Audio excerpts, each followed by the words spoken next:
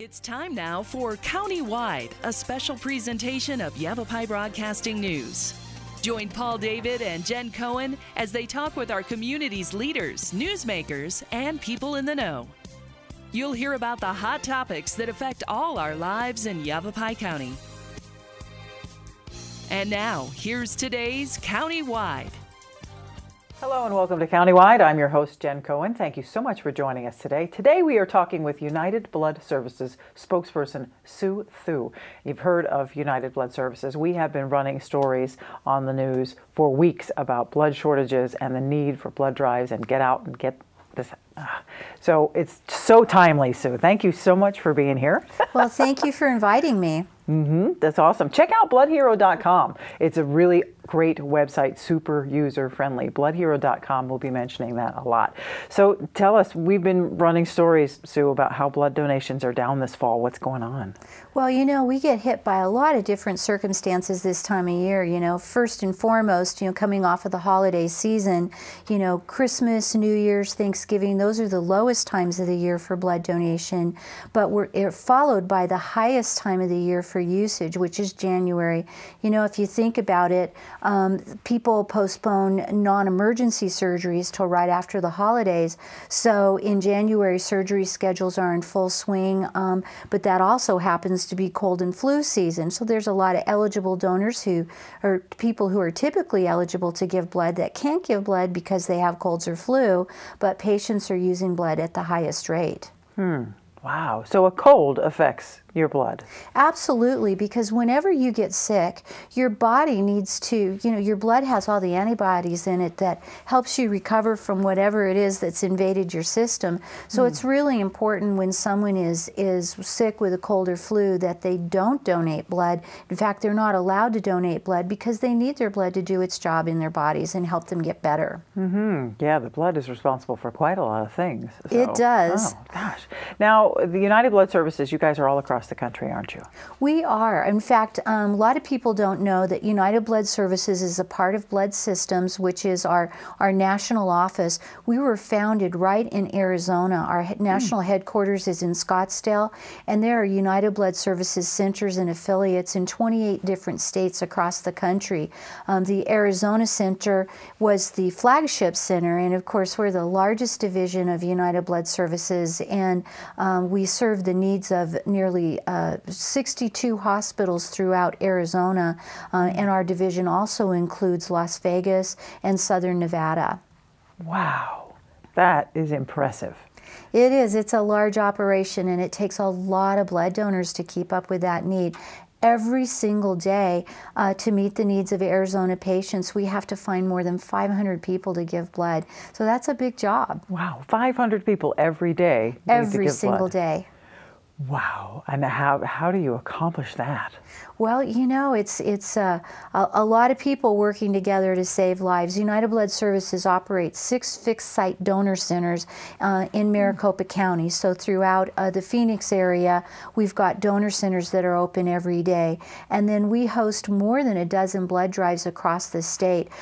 We go to every community in the state to make it really convenient for people to donate blood. So we always encourage organizations, if they have more than like 100 active members in their organization, they probably have enough people to host a blood drive with United Blood Services. So we encourage those groups to contact us and talk about hosting a blood drive to make it really convenient for their own members to donate right there at their meeting place or place of business. Wow, so if you have a big company or organization that has at least around 100 people, United Blood Services will come to you and do an inner private blood drive? That's right, and we just need about 20 donors out of that, and that's about what it takes is 100 people to find 20 eligible, willing blood donors to roll up their sleeves and give blood for the community. Now, how complicated is it to give blood?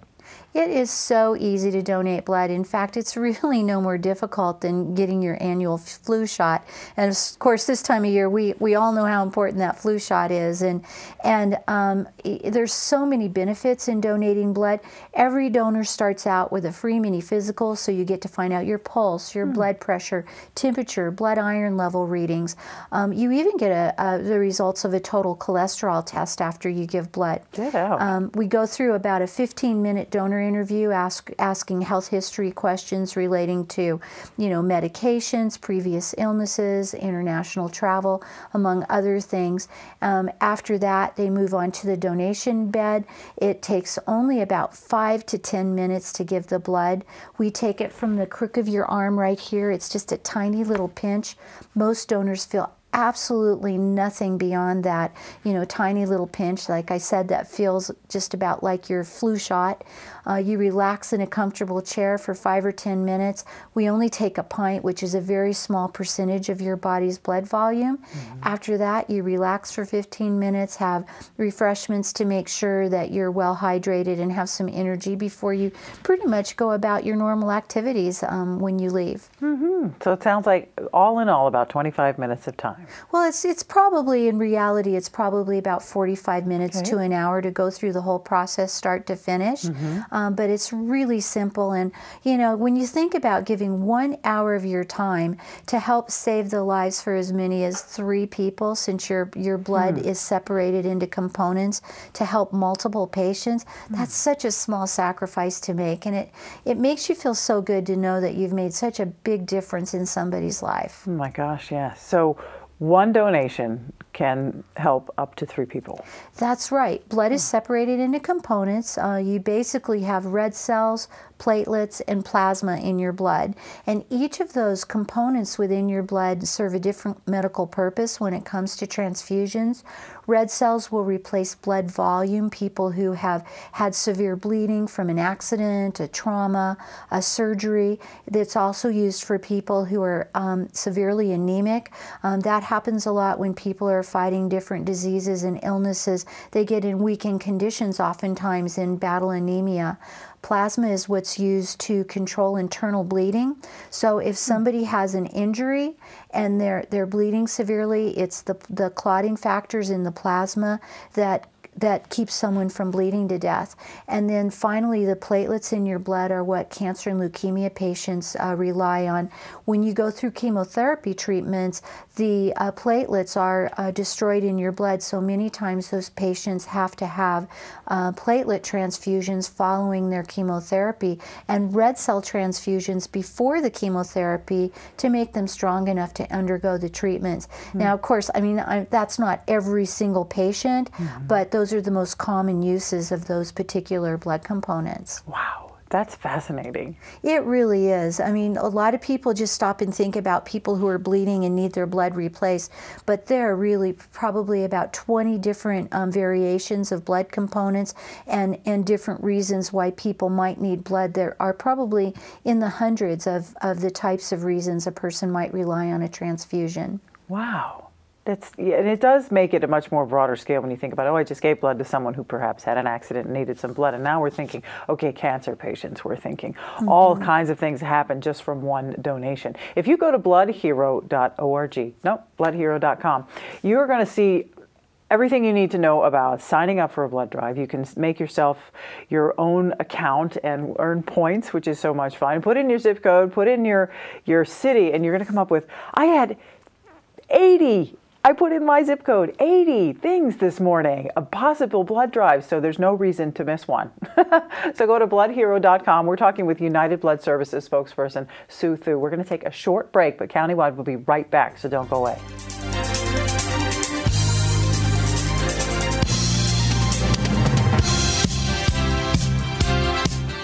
This is Bruce Morrow, Transportation Manager for Cottonwood Area Transit. Remember, we cover the entire Verde Valley and Sedona. Cottonwood Area Transit has you covered wherever you want to ride in the Verde Valley, all day, every day. Take Cottonwood Area Transit through Clarkdale, Verde Village, and from 26 locations in Cottonwood. With Verde Links, it's a quick and easy trip to Sedona every day. Don't forget our connectors to Camp Verde. Visit cottonwoodaz.gov for Cottonwood Area Transit and take a seat. Let's go ride.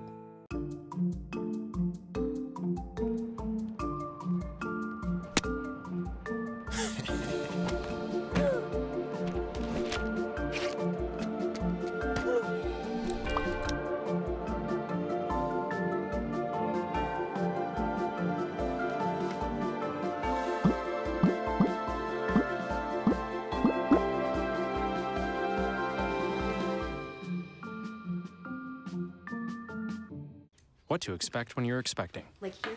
A teenager. Today, I'm going to show you how to teen-proof your home. First step, hide the car keys. Preferably somewhere they would never look. Challenges will come up. Be ready for them. Hi, honey. Ready for the... Mom, you don't use mannequins in the mannequin challenge. You don't have to know it all to be a perfect parent. Thousands of teens in foster care will love you just the same.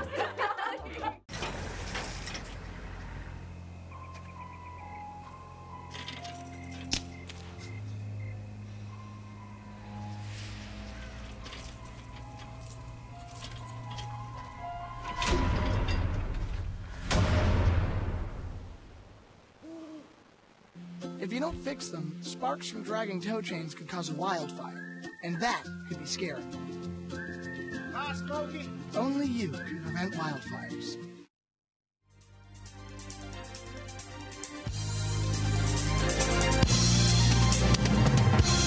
And welcome back to Countywide. I'm your host, Jen Cohen. We're sitting here with United Blood Services spokesperson Sue Thu. We've been talking about giving blood. We've been talking about the need. Now, what types of blood are really needed right now? I know there's a shortage of specific types. Well, first I want to say I don't want to discourage anybody of any type, because with a daily need of more than 500 blood donors every single day, it's important that people of all blood types give on a consistent basis. But as of this morning, we do have some extraordinary needs for 2 blood types. The first one, of course, would be O negative, because that's the universal donor for red blood cells. Only about 6% of the population has O negative, but it's the only blood type that can be substituted for all other blood types in emergencies. So you can imagine if somebody's injured in a trauma and they're rushed to the hospital needing an immediate transfusion, doctors don't have to wait to type blood to give that person a transfusion. If O negative is on hand, they know it's compatible, they can get them that life-saving transfusion right away. O positive is almost as important as O negative. It's the most common blood type, but it can go to anybody with a positive blood type, and that's 85% of the patient population, and 85% of the population at large for that matter. But another blood type that we're very closely watching, we have less than a one-day blood supply of both O negative and B negative. Negative blood types are extremely rare, and so with just one patient that's a heavy user of transfusions for a particular blood type could cause a shortage for that one. So we're encouraging people with B negative also to please come forward and give blood, because there is less than a one-day blood supply of O negative and B negative. Wow, that's scary to think about it in that time frame, less than one day. Now, you mentioned international travel before, and for a while Zika virus was really a big thing. And how did that affect the blood supply, and what are we doing now? Well, this was about this time last year, I believe, that Zika virus became a big problem in our country as far as blood couldn't be transfused from anybody who had traveled to a Zika virus infected country, which was a lot of people. And so I'm really proud to say that Zika virus is no longer causing a challenge with the blood supply, because we're part of Blood Systems, I mentioned earlier, and our research institute, the Blood Systems Research Institute, actually is the organization that developed a test that now donated blood can be tested for Zika virus, which means that people are no longer deferred for giving blood because they've traveled to a Zika virus country. Now there are still some travel restrictions based on different factors. You know, there's things that can affect certain countries seasonally, like malaria. So there's malaria risk countries. Some of them are year-round, some of them are just seasonal. There's other countries, like several of the European countries, that if you've had extended stays in many of the European countries because of mad cow disease, you are deferred from donating blood. But what I really want to emphasize is that international travel in itself does not prevent you from giving blood. But when you do come, you need to be prepared to talk about the countries you've visited, and especially in the last 3 years. And United Blood Services can determine whether or not you're eligible to donate blood based on your travel. And most people aren't deferred for travel, but some will be. Understandably so. Okay, it's a wonderful screening process you guys have. We do our best. Now, all the blood that gets collected in Arizona, does it stay in Arizona? Well, United Blood Services, as I mentioned earlier, is part of a national network. There are United Blood Services centers and affiliates in 28 different states across the country. And of course, our primary mission is going to be to meet the needs of the hospitals right here in our own community. But we always try to make sure that our blood supply stays strong, so that in the event of an emergency, we can assist other centers. I mean, it would be tragic if somebody needing a life-saving transfusion was denied. It would also be tragic if somebody gave their precious blood to be, to save someone's life and it went unused. So we're part of the National Blood Exchange. We communicate on a daily basis with blood centers across the country to let them know where we have extraordinary needs and also where we can spare some. And by doing that with blood centers across the country, it makes it easy for people to share resources to make sure that everybody has met their local needs as well as helped out where they can. And, some great examples of that are, we all heard about all of the hurricanes that were taking place in Florida and in Texas, and then there were the Santa Rosa fires. And a lot of times what happens in those communities, it may be that because of the emergencies that are happening, they lose their ability to collect blood in those communities. And we all want to be able to reach out and help when other people need to focus on other things like finding shelter for their families. And so we've helped out in many of those situations. We've always been good about offering our resources, but we can only do that if our blood supply stays strong. And, fortunately, Arizonans have been really great about responding. And, but we can't wait until the call comes out, because it takes 24 to 36 hours to test and process blood. So you can't wait until someone is lying in a hospital bed to donate. The blood has to be already on the hospital shelves to save someone's life. Absolutely. Now, how would you say Arizona's blood supply was affected by the tragedy in Las Vegas? Well, first I can tell you, fortunately for the shooting victims, and there were over 500, actually I can tell you there were 518 people sent to hospitals across Las Vegas. And because Las Vegas is part of United Blood Services Southwest Division region, we are the supplier of blood for several of the hospitals in Las Vegas, as well as the largest trauma center in Las Vegas that received over 100 patients injured in the shooting. Fortunately, the hospital was well stocked when those patients arrived, but we immediately went to work, and right out of Arizona, our Scottsdale distribution shelves, which is where, of course, all the blood goes that's donated throughout Prescott Verde Valley, northern Arizona. We sent over 200 components of blood to Las Vegas immediately. We had it there within 2 hours. And because it was so important, there were people who went straight from that concert to the parking lot of the United Blood Services Center, covered in blood, wanting to donate blood. And we opened our center at 4 a.m. that morning to accommodate people who wanted to help the people by donating blood. Wow, that's amazing. And I actually was there. They flew me there later that day, on Monday, to help with the blood drive at the University Medical Center hospital. And it was heartwarming to see how people reached out to help other people. And all the focus was on the heroes and the community pulling together. And it was so meaningful to be a part of that and see the goodness in everybody.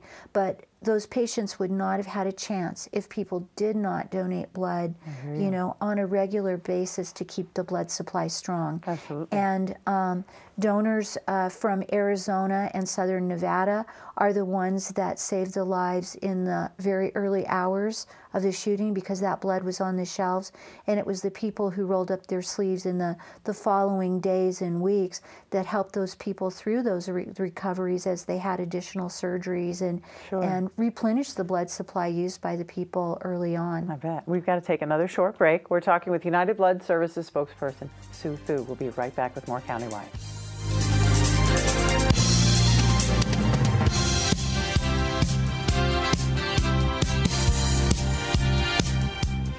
It appears these hot ashes are about to be dumped, which could possibly start a wildfire. How will Smokey deal with such a hot situation? The garden hose defense. Next, a thorough stir. Then another spray. And finally, feeling if the ashes are cool. Ah yes, the selfie. A ritual practiced so frequently with this tribe, but not so much by Smokey Bear. Only you can prevent wildfires.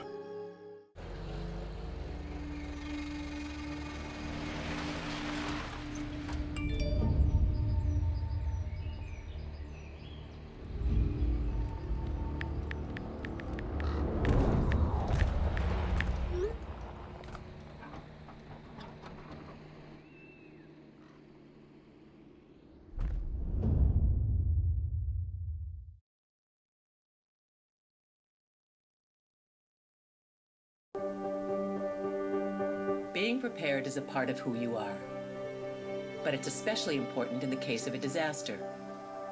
Be informed about possible emergencies in your area. Make a plan that covers where you go in an emergency. Build a kit with the things you need to survive. There's no one more capable of planning for your situation than you. Start your plan today. Go to ready.gov/myplan.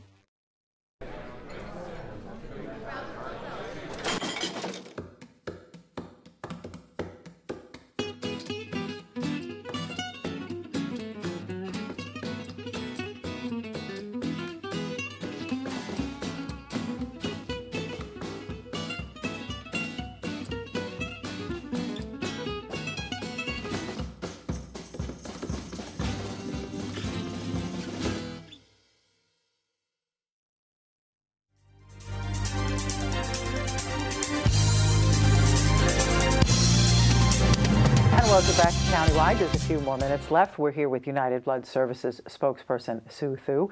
We've been talking about bloodhero.com. Please go to bloodhero.com. Check it out. You'll see blood drives in your area. You can register. You can find out lots of information. Bloodhero.com. Check it out. Now, Sue, you've been in this a long time, haven't you? I have. I've worked for United Blood Services for over 30 years and started when I was 10, right? Wow. Yeah. And I've been the spokesperson for United Blood Services since the year 2000, and so I've had the opportunity to meet a lot of people who've benefited from blood donors, and as well as during that period of time, I've had 3 family members who have been recipients of blood transfusions. So it's so important for people to donate blood because it's made a difference in my own family as well. I can see that. I can see that you're passionate about it. What keeps you going? What sort of interesting memories do you have? Well, I think it's meeting the people who are alive today because of blood donations. It's, you know, you don't realize how many different kinds of people actually receive blood, but last Friday I had the pleasure of working with a 15-year-old girl named Mia. She was born with diamond black fan anemia, which means that her body cannot produce her own red blood cells. So every month of her life she has to go to the hospital and receive blood transfusions. And Mia, at 15 years old, has received blood from more than 200 people. She's at an age now where she needs 2 units of blood because of, you know, she's growing bigger and needs more blood. But we had our annual blood drive coordinators awards luncheon on Friday, and Mia was our guest speaker, and we surprised her by tracking down several of her blood donors, and we were able to bring together 33 people who had given blood that have helped save Mia's life. And it was just amazing to meet such a diverse group of people. They ranged in ages from 17 to 85. They came from 99 different blood drives from around Arizona. They many of them were frequent donors, some of them were first-time donors, but to be able to match up a donor with a recipient is such a special thing. And what was so amazing for me to hear from these donors was that, you know, I never really thought about it when I gave blood that it was going to save someone's life. And it just really hit home to them that this 15-year-old girl was alive in part because of them. And, you know, if anybody ever doubts the difference they're making in someone's life, you know, please don't doubt it, because when you give blood, you are literally saving someone's life. And, you know, that 15-year-old girl is a testament to that. That's wonderful, Sue. That's wonderful. United Blood Services, we've been talking about that. Great organization. Check out bloodhero.com. Make an appointment. Give blood. There's dozens of them going on around the state at any time. Sue, thank you for being here. Thank you. That's all the time we have for Countywide. We'll see you next time.